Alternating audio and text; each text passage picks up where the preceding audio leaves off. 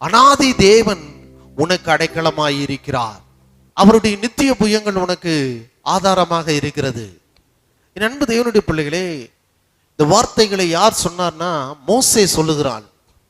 மோசே எப்பொழுது இந்த வார்த்தைகளை சொன்னான்னு பார்த்தீங்கன்னா, மோசே இஸ்ரவேல் ஜனங்களை கானான் தேசத்திற்கு நடத்தி செல்லும்படி அவர்களை 40 ஆண்டு காலம் வனாந்தரத்திலே நடத்தி கடைசியா அவங்க என்ட்ராக போறாங்க. யோர்தானுக்கு முன்னாடி நிற்கிறாங்க. மோசேயினுடைய அந்த காலம் முடிந்து அவன் போறான்.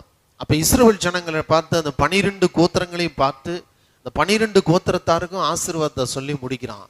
சொல்லி முடிச்சுட்டு கடைசியா ஒன்று சொல்றான், உனக்கு யார் அடைக்கலம், யார் உனக்கு பாதுகாப்புன்னா அந்த அனாதி தேவன். அனாதி தேவன்னா என்றென்றும் சதா காலங்களிலும் உயிரோடு இருக்கிறவர் தான் உனக்கு அடைக்கலாம்.